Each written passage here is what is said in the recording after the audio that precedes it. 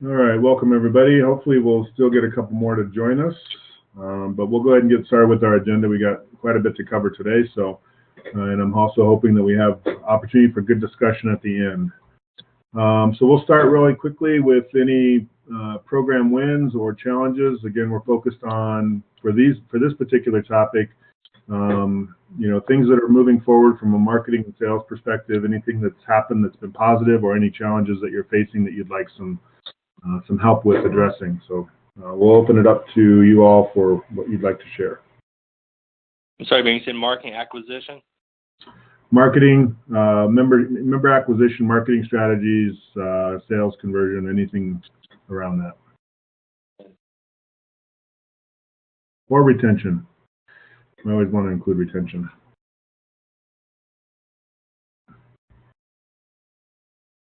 So I guess for me, since our last call, actually that day after our last call, I went and stopped by.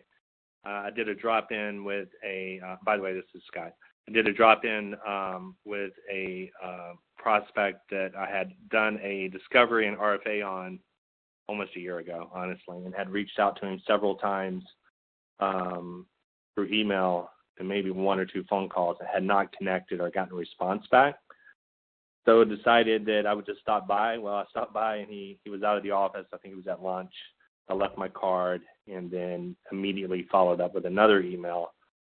And after his response back was he was just sorry, he's just really busy for the next week or so. And then after another email said that he would, without going through the details, that he's going to meet with me the week of the 5th. So I guess it's just a demonstration of persistence and not letting a lead that really isn't, closed, let it go, because in a couple months or so ago, I thought this guy's never going to respond back, so I kind of moved on from him, but decided I would stop in. So I think that was a win.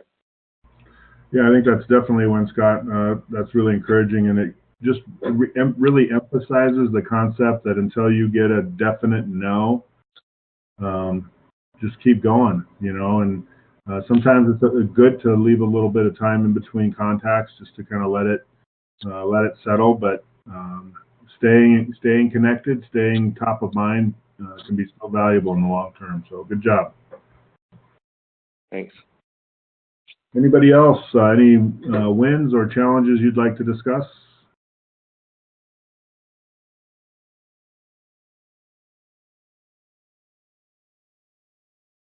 All right, I have a feeling this is going to be a much quieter meeting today.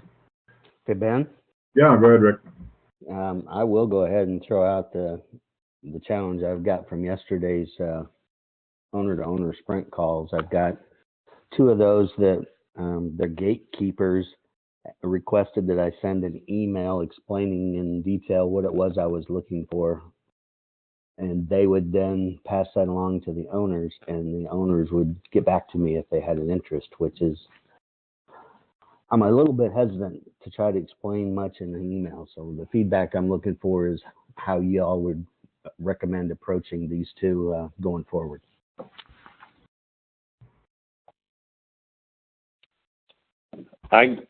I guess I haven't had that happen. That's interesting. This is Scott again, but I would say my initial thought is something back to really just show that you're wanting this quick meeting just to introduce yourself and see, and you believe there may be a mutual benefit of getting to know each other. Maybe not in exact words, but basically something that entices them to know that there's something in this meeting for them, just to get in front of them. So that's kind of my first thought. I don't know, how that exact wording around that, but that's my first thought on it. Makes sense. Any other thoughts on how you would address it when the gatekeeper is asking for detailed information?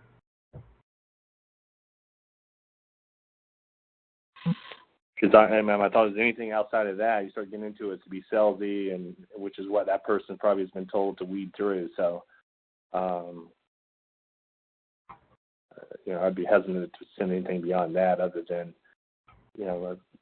identify them as somebody who I think we could mutually benefit from as fellow business owners, and like 10, 15 minutes just to have a face-to-face meeting, introduce myself, kind of like what you would do normally. and you do a drop-in. So that's kind of how I would do it. Yeah. Yep. Now, this is Bernd. I think you need to leave some information if they ask for it.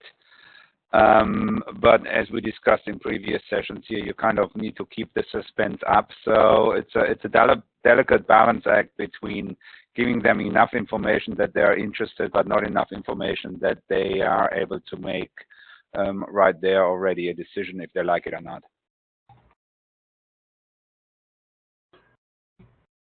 So Rick, let me, I agree with what both Scott and Bernd have said, but let me ask you a couple questions to kind of help you process through this. First question, why is the gatekeeper asking for that email?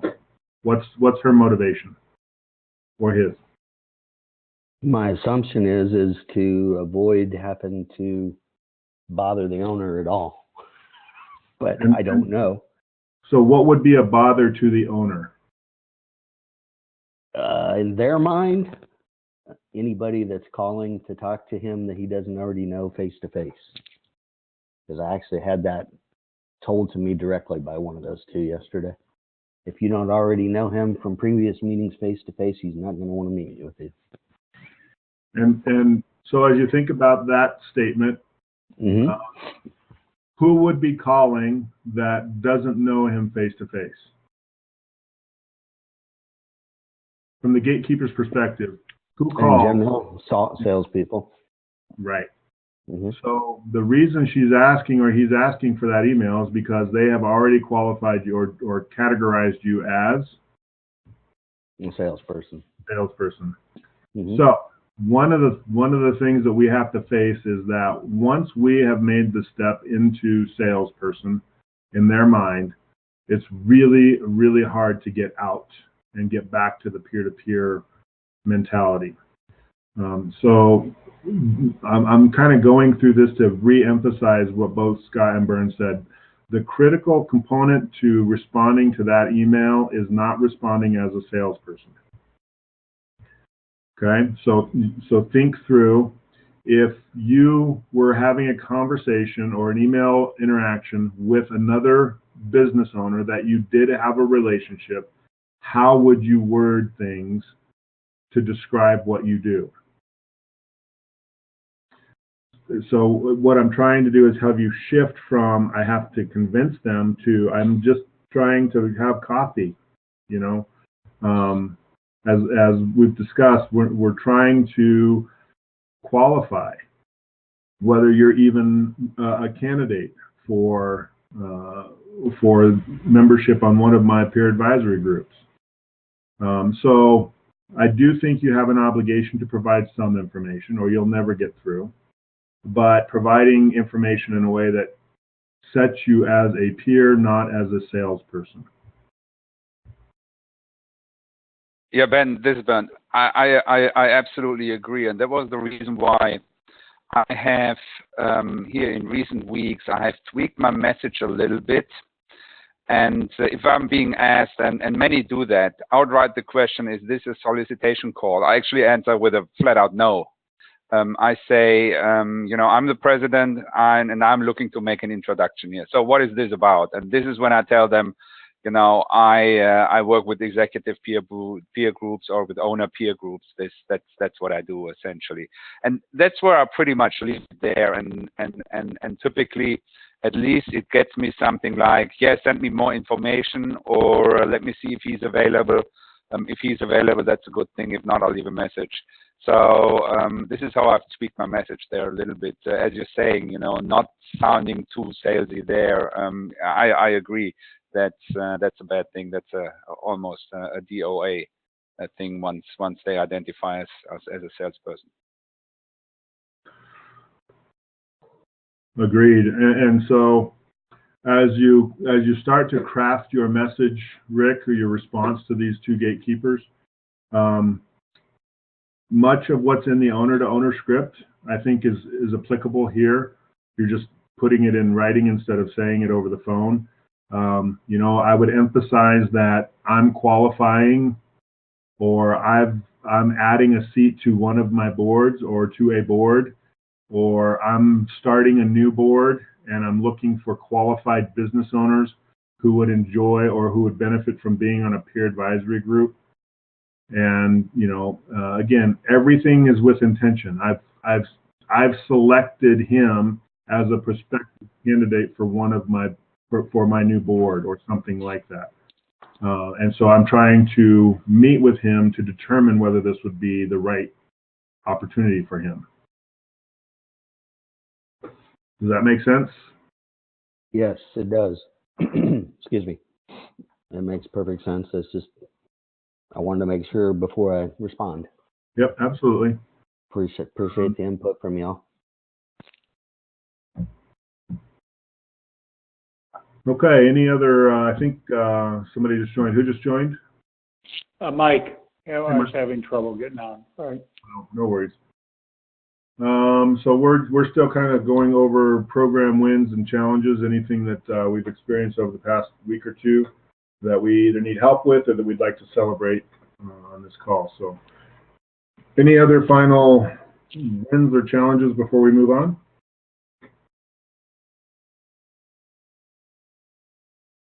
All right. So I've got a couple of things to share with you today.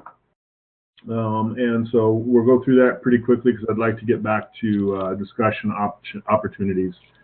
So I wanted to point out, we mentioned this on a owner-to-owner sprint call earlier this week. For those that haven't noticed yet, in Pipedrive, there's a new option in the drop-down list for the marketing channels for owner-to-owner. That's specifically for these calls that we're working on and that we're making as a priority in our marketing efforts. We felt like, and we got good, this was a request that has come in. Rick was actually the last champion to really get this on the radar again. But we wanted to try to provide an opportunity or a way for us to track progress for owner-to-owner calls that made sense. So this is what we've programmed. At this point, we start as prospect. We then convert to owner-to-owner dial. As we've discussed on multiple occasions, after you've made it 2 or 3 attempts or so, and all you're getting is the opportunity for voicemail, absolutely leave a voicemail. We've got some scripting ideas and strategies around that if you want to talk about that in more detail. On one of the sprint calls, just bring that up and we can go over that. But at some point, we'll likely leave a voicemail, whether it's through the dial or a callback or continuing to follow up. At some point, we're going to convert them from dial to a discovery meeting. And then we want to track them through scheduled, held, discovery, and held RFA.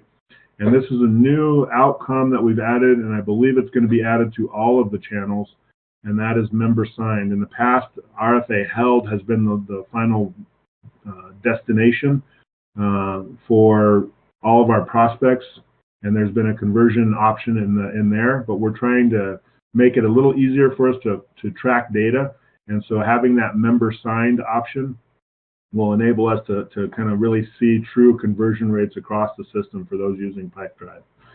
So I would encourage you to take some time to, as you're preparing for an owner-to-owner sprint, to preload your prospects that you'll be calling into that channel so that you can start to move them through the owner-to-owner system that we've developed. Any questions or comments around this Pipedrive update? Quick question, Ben, on the way Pipedrive works is that when you get to that RFA held and they do the win-lose thing, so what the previous concept was, you get the RFA held and then you get them to sign, you would drag it from RFA held to win, and right. that would close the deal. Right. Using the Pipedrive information. Is the new intention is that you then move them to member signed, and then from member signed you drop them into the win? Correct. Got it. What was happening is with all of that happening under the RFA held umbrella, we weren't able to pull out what was the result very easily. So adding the member signed gives us that ability to really see the outcome of the RFA held from a data perspective.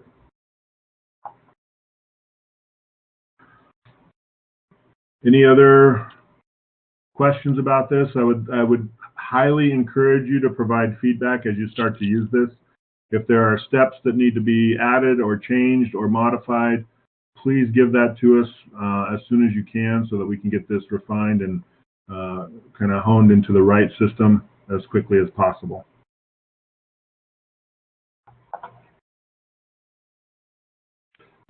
Hey, Ben. Go ahead, Rick. This is incredibly minor, and I didn't really even notice it until your slide, but the first word is supposed to be prospect, but the P and S are swapped. What's your disc profile, Rick? It's not high C, believe it or not. It's high I with thumbs. All right, we'll get that. Thank you for pointing that out. I'll let Joe know about that. Actually, Chris. Okay, thanks. Somebody else had a comment? So Ben, this is Mike. So every prospect that we're going to call that day gets in that column for prospect, right? Goes in the column for prospect. Correct. So if we intend to call 20 people, there's going to be 20 cards that are placed in that first column. Correct. And if we didn't get to all 20, then the three that we didn't get to, or if we intended on 25 and got to 22, those we didn't get to stay in the prospect column. Correct. For us to dial at another sprint Exactly. situation. Exactly. Yep. And then also, as during a sprint call, we could take a look at the growing list of O2O dials and say, well, maybe we should call them back. We haven't talked to them for a while, right? Exactly. That's exactly right. Yep. Okay. And in all honesty, from if you make a dial for a prospect, it's very possible that it goes all the way to DM scheduled, right? In that first call, if you get through and they're interested and you get it scheduled. So the second, third, and fourth steps are there just in case you're not able to connect right away. It's a way for you to keep things moving forward.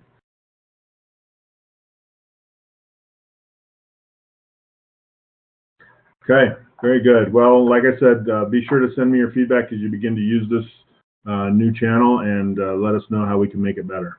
If you've got other ideas for how to make Pipedrive more effective, don't hesitate to send those forward as well.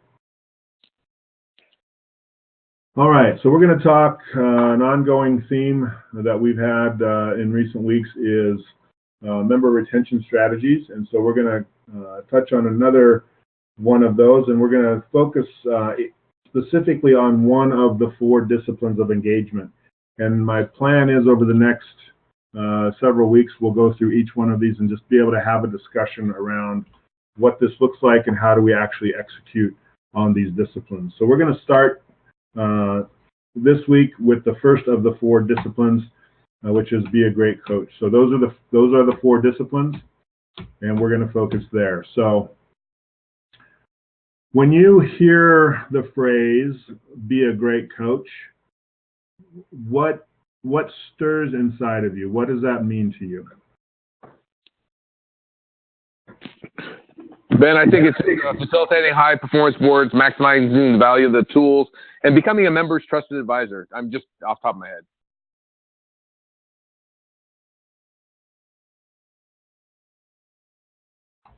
How do you do that? I just read it off the screen. Well, being a great coach is one of the 4. So you just read the 4 disciplines, but being a coach is much different in my mind than being a great facilitator.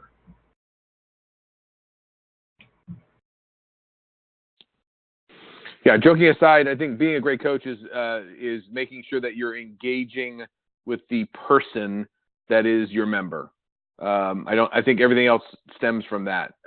You don't look at them as a client, don't look at them as a thing or a target or anything like that. You have to engage with them as a person. I think that's absolutely critical. In fact, that is,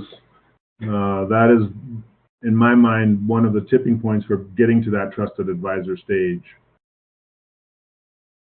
What else comes to mind when you think about being a great coach?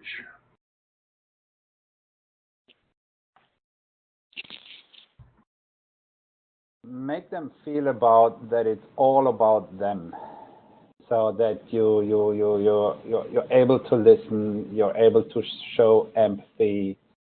Obviously, as a coach, by just asking the right questions, digging into a deeper blockade, if you like, finding the hidden gems in a person. So being able to ask the question maybe nobody else is asking them.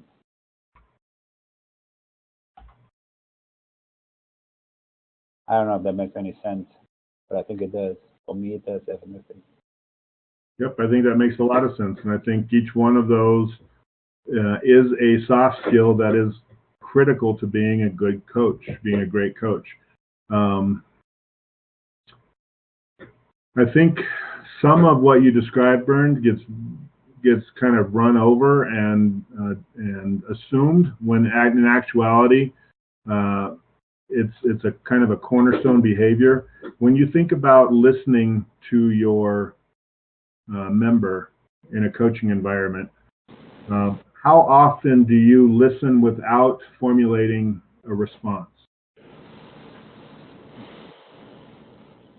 How often do you spend time understanding the tone or the facial expressions or the body language associated with what the words being said are communicating?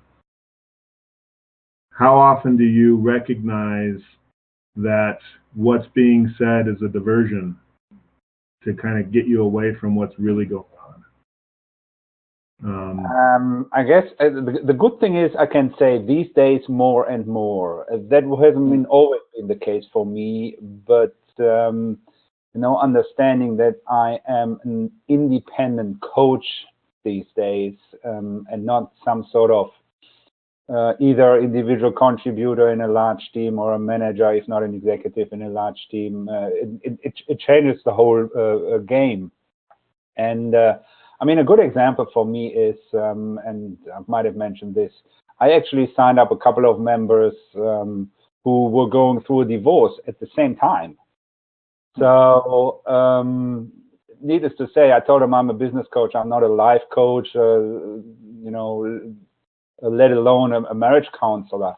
But it's not that it came consciously up in our conversations, but I paid very close attention to what state of mind, in particular the lady who was going through a divorce at the time, what emotional stage she was in when we met for coaching.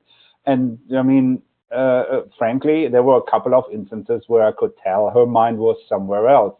So at that point in time, I didn't push, the business coaching part too hard. If she wanted to talk, I was just there. I was just listening. These sort of things. So that's a long answer to a fairly short question. How often? I think these days I'm trying to dig deep with probably 50, if not 70% of the time. Let's say during the coaching session. Really understand where the member is coming from, how he or she feels about the situation, asking questions if that's what he or she was looking for, working on a certain challenge, if that's satisfactory. So kind of questions which are universal. Kind of, it really doesn't matter what subject they are trying to tackle this month. You can pull these sort of questions always out of your quiver and ask them the question. So you worked on this issue. So how did it turn out? Is that to your satisfaction? Do you feel satisfied by it, or what do you think you could have done better? That's a subject matter question already there, but nonetheless, so that's what I'm trying to do. So for the group, if I'm asking great questions and I'm listening intently and I'm showing empathy, does that make me a great coach? Or does that make me a therapist? I think it's step one of a two-step process. Right. Covey said first to understand, then understood. So there's a second step. It's, as a coach, you're trying to aid them in making decisions or make a move or something along those lines, but to be able to help them get to the decision part, to do the action part, you truly need to understand, at least from their point of view, what that looks like, feels like to them. That way, the next question that's driving them towards the as well. I hear what you're saying, but so how is that going to impact your decision? What is your next step going to be? You're just engaging them to make that decision, taking into consideration everything they just said before.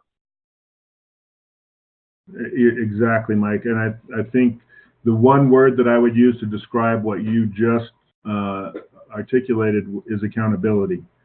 So you listen, you understand, you empathize, you dig deeper, you ask the hard questions, you understand the situation, and you help them toward the decision process. You get them to commit to something that they're willing to do, and then you hold them accountable. A great coach doesn't just uncover or understand or empathize. A great coach leads towards outcomes. We are in an outcome business. And if our clients, our members are not gaining the outcomes that they need in their business and in their personal lives, you will not be their coach very long. Does that make sense? Any comments or thoughts around that?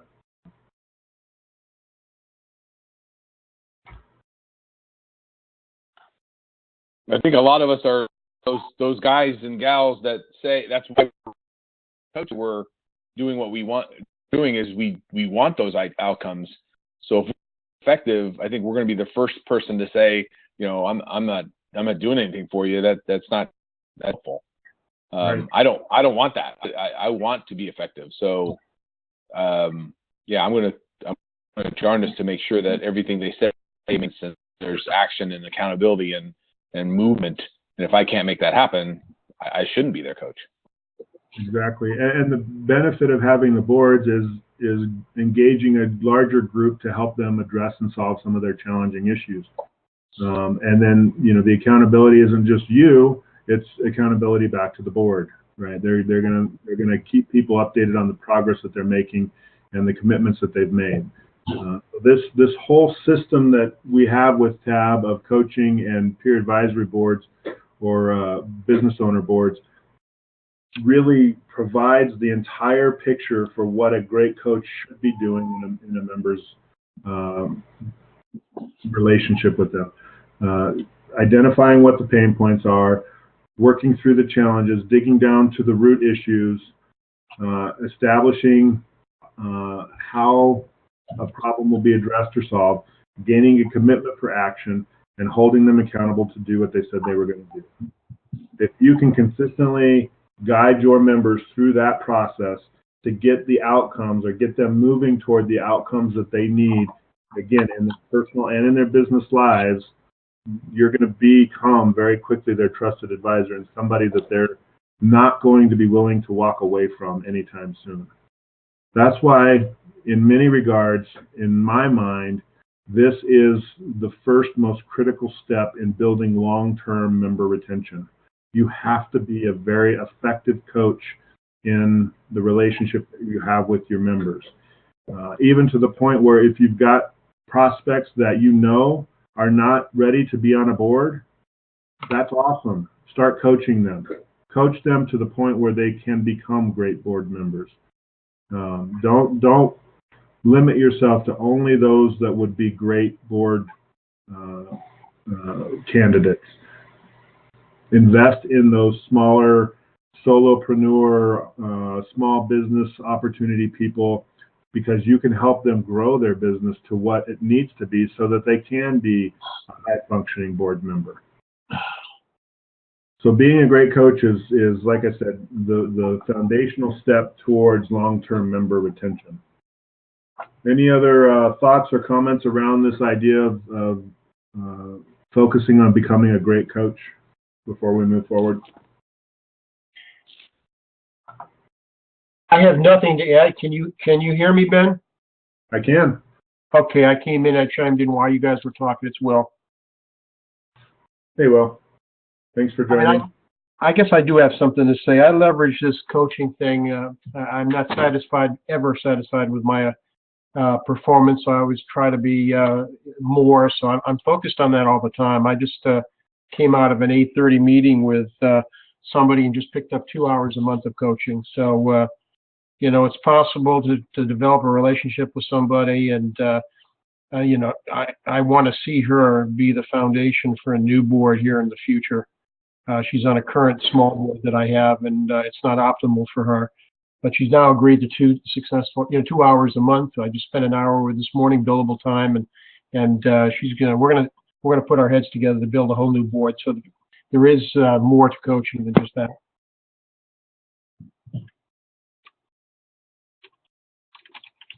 Agreed. Thanks very much, Will. Glad you could join us. All right, let's move on. We'll obviously next week, if you can kind of see where this is going, we'll talk about facilitation of high-performing boards and what that looks like and how it fits into the overall retention strategy that we have at TAB. All right, moving forward also with the Business Builder Blueprint emphasis that we're bringing in, I wanted to talk just briefly about the business diagnostic within the Blueprint tool. And I'm not going to talk about what it is. I would really much rather hear from you all. How are you using this diagnostic? Do you feel it's effective? Has it been beneficial? Which categories seem to be the most value add? Any feedback or comments that you have around this diagnostic within the Business Builder Blueprint?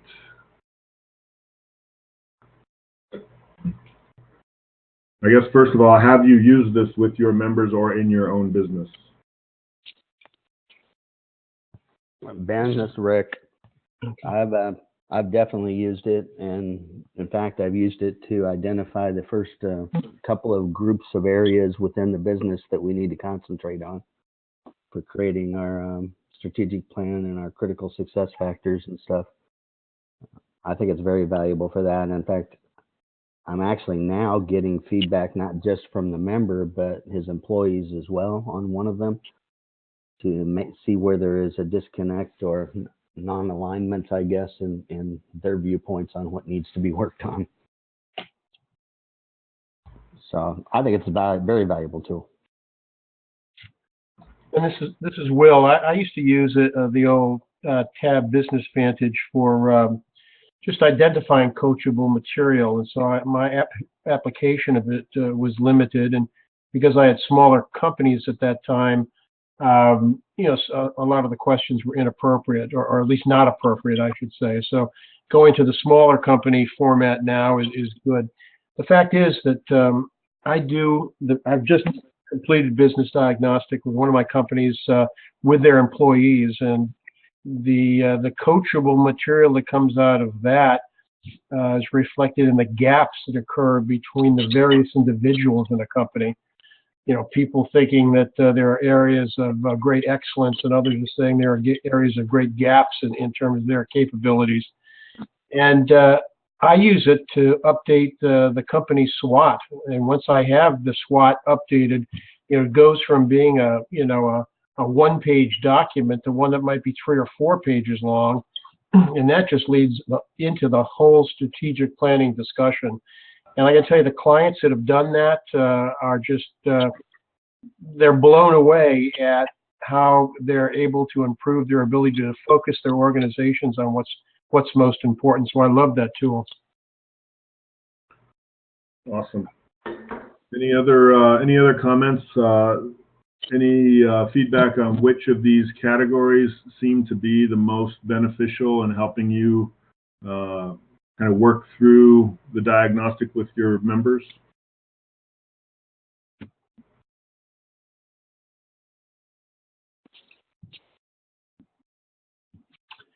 I mean, sales, marketing, and planning are the three that come up first.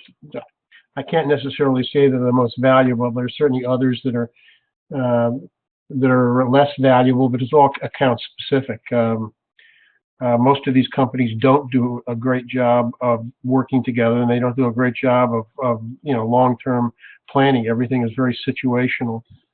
So I think that any of these begin to focus in, and the biggest problems I have are companies wanting to grow, companies wanting to identify more targets to go after the marketing aspect of it, but they're also extremely attuned to the hiring portion of it. So HR questions are pretty important to them when they begin to identify that they don't have a decent process, and they're hiring people that don't stick, and the people that appear to look like they're going to work out well aren't retained for one reason or another. It starts to get into a pretty deep discussion about what they do or don't do. So the business diagnostic doesn't answer all the questions, but it certainly poses them.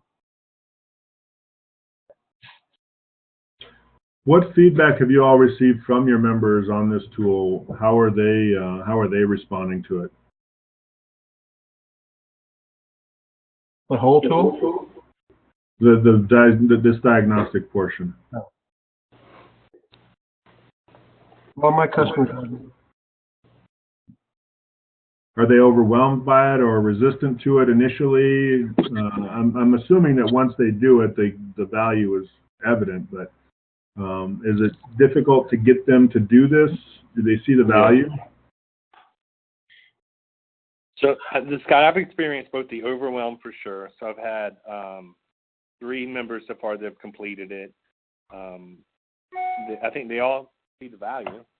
They're overwhelmed by it, and I think that really the magic begins is once you start helping them answer some of the questions, and then trying to narrow the focus, because especially if they do all 10, it can be overwhelming. It's kind of like, where do we start? So I think our ability to be able to narrow the focus and get them focused in on some of the areas that are going to match up to their vision and move them forward, I think is key, or their 90-day goal. So I think that's where kind of the sweet spot is, and what I'm honing my skills around as I continue doing it. Sure. Yep.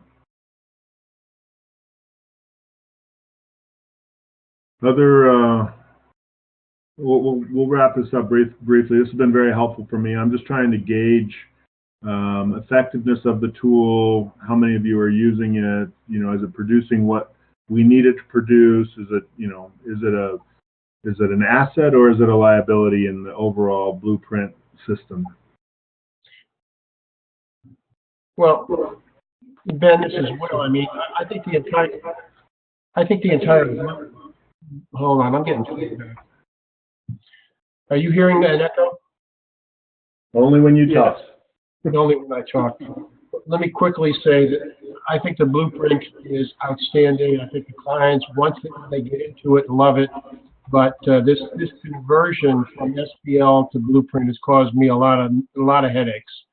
So I got a few people that have abandoned their plans, and I have to spend a lot of time in coaching now, if they'll permit me to help them understand how to use the new interfaces. And I just noticed it's changed again from that update yesterday. Now I got to get used to it. And the only way I can do that is to write my entire plan for 2018, and hopefully I'll do it soon. Yeah, excuse me. That's one of the challenges with technology like this is it's always there are always updates, always changes, modifications, improvements, whatever you want to call them.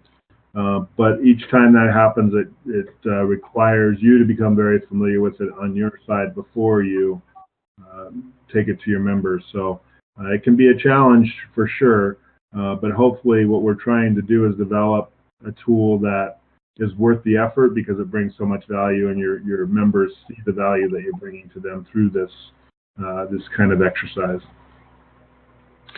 Ben, I know we're trying to wrap it up, but real quick question. My understanding of how this was supposed to be used was you assign prioritization because you have to. That's the only. It's the required one to be assigned, and then once you have the prioritization, then whichever one is the highest priority one, you would assign that next or the next two, but that you would try not to assign all of them all at once because it would overwhelm. Is that not the concept still? That is the concept. However, that's not always the way that it's being used. Some are assigning all the categories. Some are assigning one at a time. It's really up to you to decide how you want to do it. And that's actually, Mike, one of the reasons I asked the question about it, whether it was being, whether the members were seeing it as an overwhelming task or not. I would encourage, much of what you just described is, identify one or two categories initially and then move on from there. And it might be even a conversation with your member on where they want to go first. And as I say, that's what I do. When during my first coaching session, I identify 3 with the member of the first 3. So I go through and explain it, kind of give them a little bit of a sense of what the outputs could be, and then towards the end of the 2-hour session, we come back and select 3 that I'll then open up and send their way. That's how I do it. Ben, are there any plans to take this mobile? I mean, it's obviously on a desktop, on a PC at the moment, but I was kind of wondering if there are any plans for this. I have not heard of any plans for it becoming a mobile app or anything like that, but I will. That's an easy thing for me to check on. I'll check and let you know. I think it has chances if it would be an app or at least accessible on a mobile device via a browser. I think the acceptance would go up. If you sit in front of a computer, that's a very formal and professional way of doing it. If it would be on a mobile device, the business owner might be willing and able to do that during dinner or breakfast. And go through this. And it would be considered, I can do this more in my free time rather than sitting in front of a computer. This Rick again, I have used mine before on my iPhone and it works fine. It does not give you the left side bar. It just gives you the 3 little lines in the upper left-hand corner to bring the menu items out. And so I think it's kind of browser friendly for mobile device, at least for iOS devices anyway already.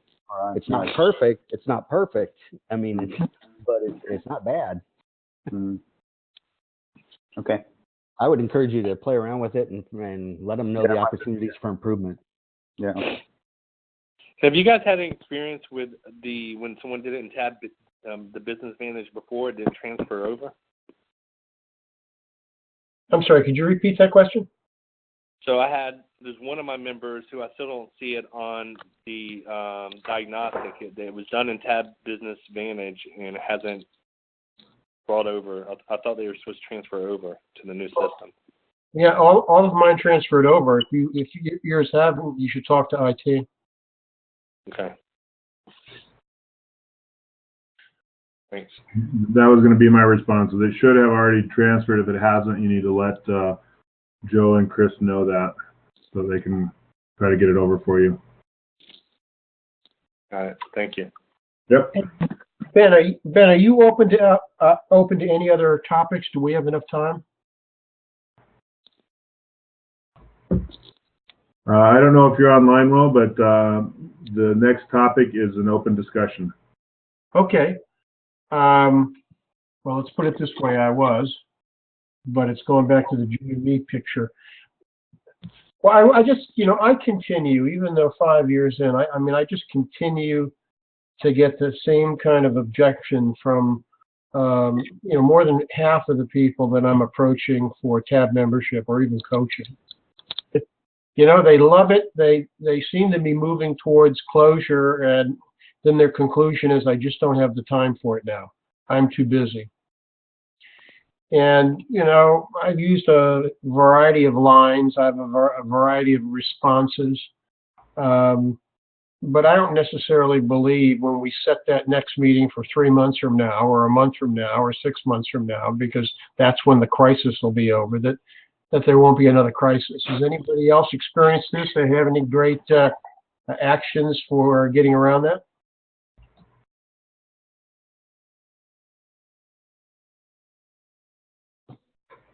This is Mike. So the quandary we fall into is the fact that they don't have time is the exact reason why they need the support that we would provide. And the difficulty is trying to help them understand that that's the process. That it's time management is about managing the time on the things that are the most important, as Covey would say, is pushing it into quadrant 2. The fact that you're busy and don't have time is probably because you're in quadrant 1 buyers, and what we want to do is drive that to quadrant 2, is that you are proactive and putting things in the spot that they do, and finding those big rocks and get smaller rocks and the stand out of the way. But your observation is spot on. It's literally being overcome by that which you're trying to get out of the way, and they don't allow you to step in there and help do that. So it's a do loop. Yeah, I think the challenge that I'm talking about, which you're addressing, is that discovery meeting challenge of trying to move them to an RFA, to move them from a short meeting where you've learned a little bit about them to a longer meeting. You've developed some rapport with them, but not necessarily much. And now, the notion of confronting them but that's exactly the reason why, tab could be of use, and get into a discussion about Covey's 2x2 and time management. I put a few people back on their heels. And I've had somebody say, that's exactly right. So I literally am going in for a RFA with somebody that responded to the phrase tyranny of the urgent. Oh my God, that's exactly what my problem is. But I've had a few people that I wouldn't say offended, but they were put back by that.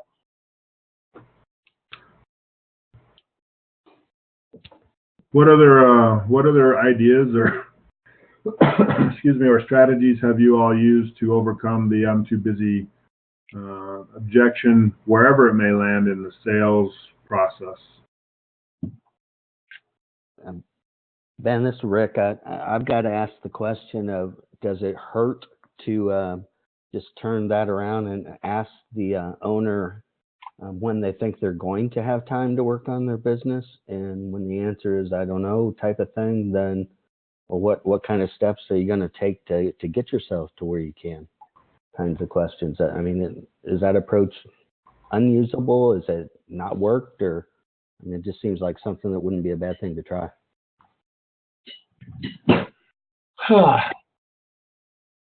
When will you have time? Oftentimes leads to, well, I'm in a 30-day dilemma and I need to hit a deadline, or I expect that this issue will either resolve itself or go away, in 3 months. And so, I got a couple of appointments that are out in March, April, May with people that didn't say no, even when I gave them permission to say no. I'd rather leave here with a yes. It's okay to say no. And I've said to them, the worst thing you could do for both of us is to say maybe or later, or I can't decide. So, I give that a shot. And sometimes it gets another date on the calendar, but it doesn't necessarily get me closer to closing. One of the things that I would kind of piggyback on with what Rick said is, it's in the protocol to ask questions like, how long can you afford for this to continue? If they're having time management issues, how long can you afford to not have time to work on your business? Something to that effect. The other side of that coin is to ask something like, I'm just curious, what was the crisis you were dealing with before this one? Because what you're trying to do is give them perspective to your point, Will, that, this one's going to end in 30 days. Okay, well, what's next? Because there's going to be another one, right? And unless you do something intentionally to kind of get your hands around what's going on in your business, this is going to be your life. Yeah.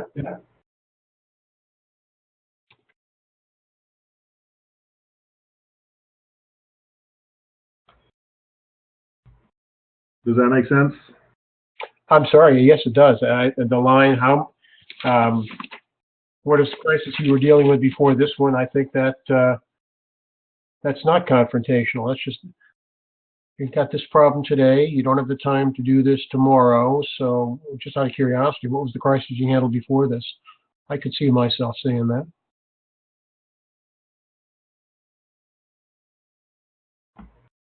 Again, So how much deeper can we really put the knife into this particular wound? Does it make sense to ask the question: are you in a constant crisis situation? How much is affecting you? Is that affecting you and your business? Do you get out of this? So. Yeah, I mean, this is finding the pain point and sticking the knife in there. I'm not sure how far you can go with this.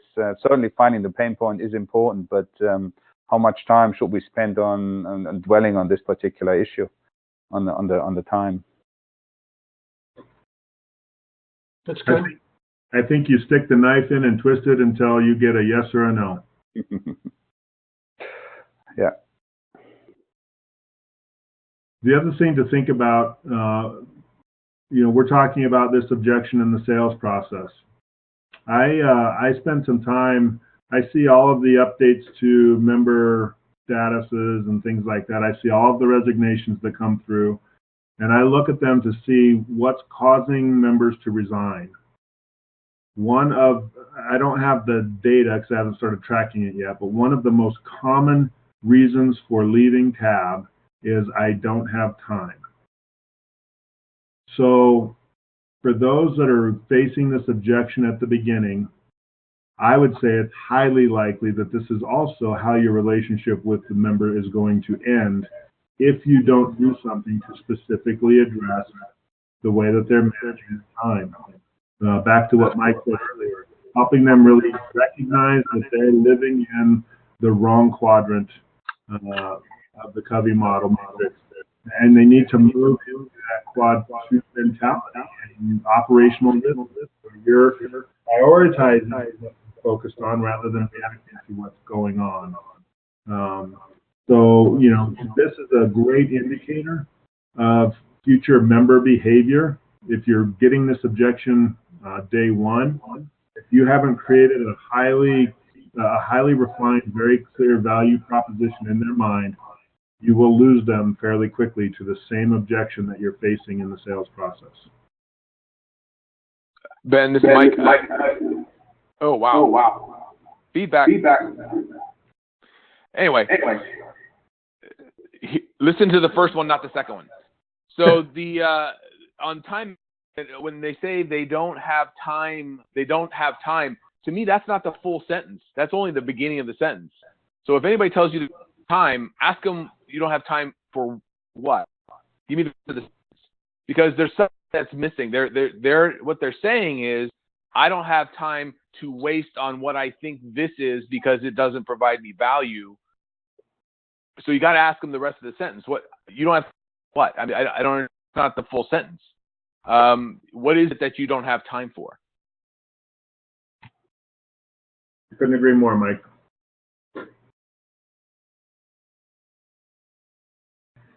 And again, one of the things, especially in the sales process, we're getting to are the key pain points that's going to cause them to recognize that they need these services. They need a coach and they need a board.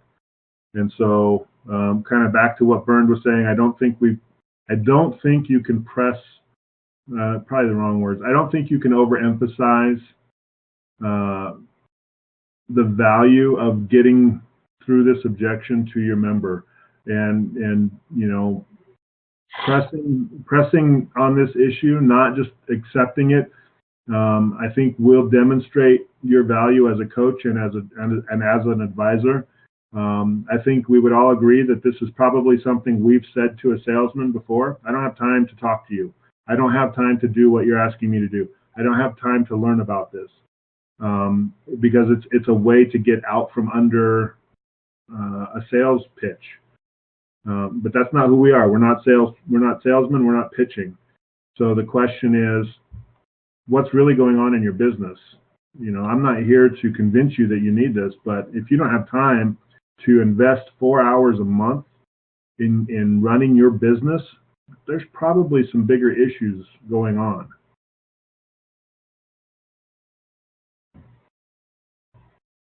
All right. Will, thanks for bringing that topic up. I don't know that it's one that will ever go away, but I would encourage you all, as you're kind of going through your sales processes, when you come across this objection, try some of this. Kind of make a mental note of how you're working through it, and then on the other side of that, was it successful, or did it not move that member forward? And we can continue to learn and help refine around this objection. And if you're facing other objections that are challenging, please make note of them and bring them to these discussions so that we can all learn together. All right, we are at the top of the hour. I want to be respectful of all of your time. And so we'll go ahead and wrap this meeting up. Reminder, we have the owner-to-owner sprint call that starts 2 hours from now. If you're able to make that call or that sprint, I would welcome you to join us. With that, I will wrap it up and wish you all a great rest of your Thursday and a happy end to your week. Thanks, Ben. Thanks everybody. Ben. Thanks, guys.